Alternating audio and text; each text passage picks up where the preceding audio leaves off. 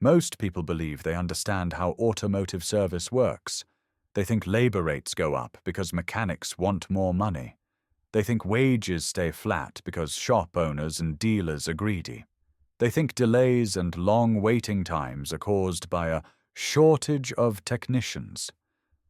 That explanation is comfortable, but it only looks correct on the surface. Automotive service, as a system, is inherently uneven. It is not a factory. It is not a mine. It is not even fleet service. In manufacturing, production can be leveled. In fleet service, vehicle usage can be predicted. Maintenance intervals can be calculated. Schedules can be enforced. If a fleet vehicle is due for service, it goes to the shop, regardless of whether the driver wants it, needs it, or has time for it. The needs of the machine come first. Human preference is secondary. Retail automotive service cannot work this way. Here, the volume and the nature of the work are dictated by the customer, not by mileage forecasts, not by maintenance schedules, not by engineering logic. The customer decides when to come, whether to approve the repair, whether to wait, delay, or walk away. Customer is king. His willingness and ability to pay are primary. This makes automotive service fundamentally unique. It exists to serve machines, but is forced to obey human decisions. The technical needs of the vehicle and the personal constraints of the customer are rarely aligned. That mismatch is not a flaw. It is the defining condition of the industry. Because of this, automotive service as a system inevitably operates under fluctuating load. The volume of work rises and falls. The type of work changes unpredictably. The flow of customers cannot be leveled, scheduled, or enforced. These fluctuations are not a management failure. They are not a temporary imbalance. They are a permanent operating condition. And any system that operates under constant oscillations must include a mechanism to absorb them. Without such a mechanism, the system breaks apart. In engineering, this problem is well understood. When a system is exposed to irregular forces, you do not try to eliminate the forces themselves. You design a component whose sole purpose is to absorb oscillations, to dissipate shocks, and to protect the rest of the structure from stress. In a vehicle, that component is called shock absorber. Automotive service faced the same problem: irregular demand, unpredictable load, permanent oscillation, and the system resolved it.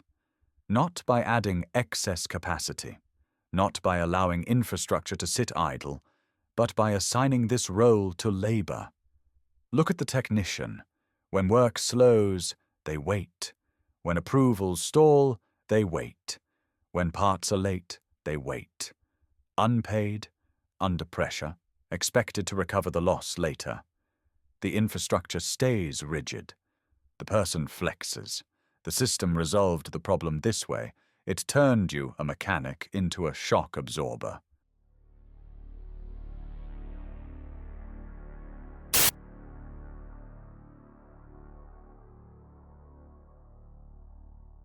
This does not require cruelty. It does not require intent. It only requires a design that protects capital by allowing stress to pass through people. The system remains stable. The human component wears out. As costs rise, labor rates rise. Not to enrich technicians, but to pay for compliance, liability, facilities, administration, and the growing complexity of the system itself. The rate goes up. The pressure increases. But wages do not follow. Because technicians are not paid for availability, they are paid for output, and shock absorbers are not paid for oscillations. They are expected to absorb them. As labor rates rise, customer resistance increases. Approvals slow down. Jobs sit waiting. Technicians spend more time absorbing delay, more time carrying risk, more time underutilized but unpaid. The system responds by tightening utilization, by increasing flat rate pressure, by holding wages steady until productivity improves. The shock deepens. The absorber wears faster. Eventually, skilled technicians leave, not because the work lacks value, not because they are unwilling to work, but because no system can retain talent by consuming it. What follows is described as a shortage. In reality, it is predictable wear. When a system assigns shock to people instead of infrastructure, failure is not personal, it is structural. A system that uses technicians as shock absorbers should not be surprised when they fail. There is one last detail that makes this picture complete. In most industries, workers are paid for their presence, and the means of production belong to the system, even in volatile industries. Construction workers may be laid off, but they are not expected to wait unpaid on site. Healthcare workers may be overloaded, but their time on shift is compensated. Gig workers bring their own tools, but they are not required to stay present, and they are not expected to be highly qualified. Automotive service is different. Technicians are expected to be present. Large parts of that presence are unpaid.